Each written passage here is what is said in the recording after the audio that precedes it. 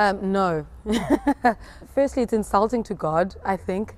And secondly, we were created different so that we can have different cultures, different experiences.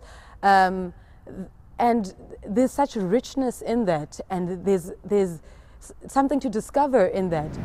Celebrate the diversity, celebrate the wonderful heritage that we all bring, the gifts we all bring, but also realize that every person is an individual with unique gifts, and also realizing that we shouldn't cling too much to these ethnic identities. We should cling to our identity in Christ. I don't think we should strive to be colorblind.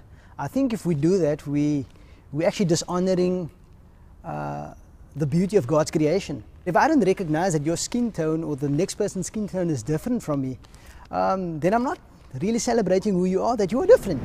A while back, I would have said, I don't see color, everyone is the same to me, and I treat people equally and stuff like that. But in the past few weeks with the whole George Floyd thing and educating myself with everything that's been on social media, I've realized that it's okay that we have different experiences and we can learn from each other's experiences. We always should strive to ensure we are non-racial. We cannot be colorblind. We need to be non-racial, but not teach our children and people and create systems that teach inferiority or supremacy. I think we should strive to be non-racial in the workplace, where this policy comes in of having a certain a percentage of this race and this race to make sure it balances out. I think that's a good start to kind of going towards that point. No, I think, colorblind, I think is artificial. God in his wisdom created people of different abilities, different colors, different attitudes. So we have, as a matter of principle, accept the diversity of people and not pretend as if they are not, those differences are not there. In fact, we must celebrate the differences.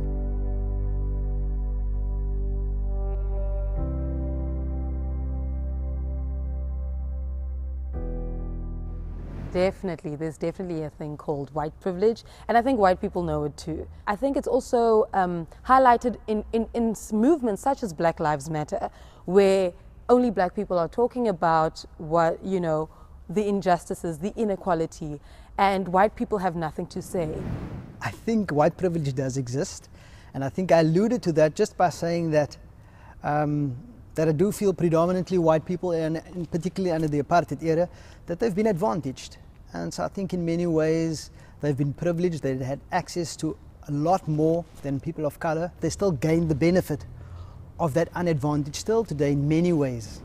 So while I don't think there's systemic, legally enforced white privilege, of course, I do think some people can identify with the idea that the color of their skin is a stumbling block for them. They might find it harder to be trusted.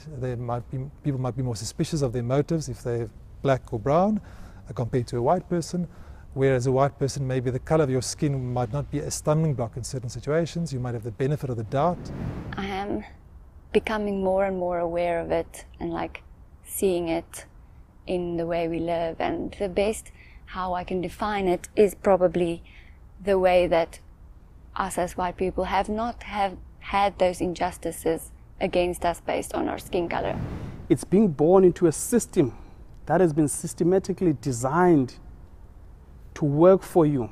Not to say white people don't work hard. I've seen a lot of white people who work very hard.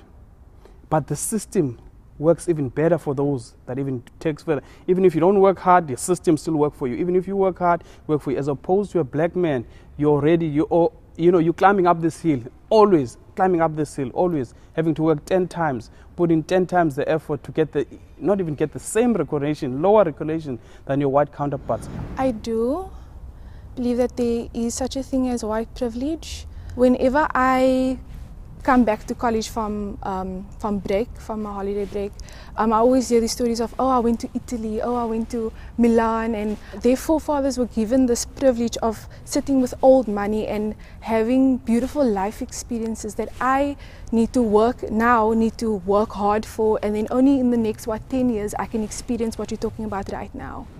Most definitely, especially in the context of South Africa. For decades and decades, there has been a system that openly, nakedly favors one race against another. That cumulatively, over the years, has placed people of the white race in a privileged position vis-a-vis black people.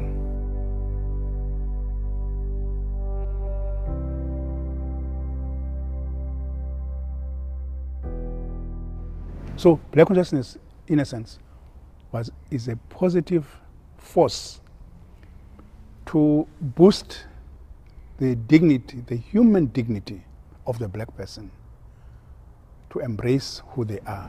Black consciousness has a place in reinstilling the value of the majority of Africa. That's really what it is. It's looking at Africans and seeing the richness of again, the cultures, the tribes and everything, learning from that and valuing that as part of Africa's identity. It's people. I think it's like the same with acknowledging their presence, because they were overlooked for such a long time, and not only overlooked but obviously discriminated against. So we need to be acknowledging their presence and that they are just human beings as all of us, and they have the same abilities and things that I have, so we need to advocate for them, I would say. Black consciousness for me is being aware, like how Steve Biko defined it, is being aware of one's identity as a black person. Now, for me personally, I take it as sort of psychological therapy, loving who you are, taking pride of yourself as a black person, to reclaim the dignity that apartheid and slavery and all these things have done. It speaks to the identity of the continent that we are on. I really feel that history has erased the identity of black culture. You know, why is there only white illustrations of Jesus? You know, when he was here in Africa, do you know what I mean? So I think that's very important to add that in the conversation, so that there's that identity given back, you know, that this is actually who you are.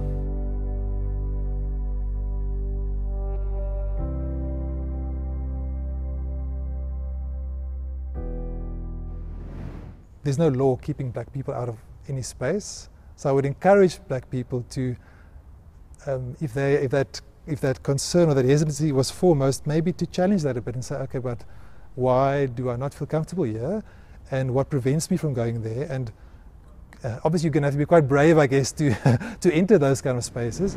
Like I said, not that I've experienced.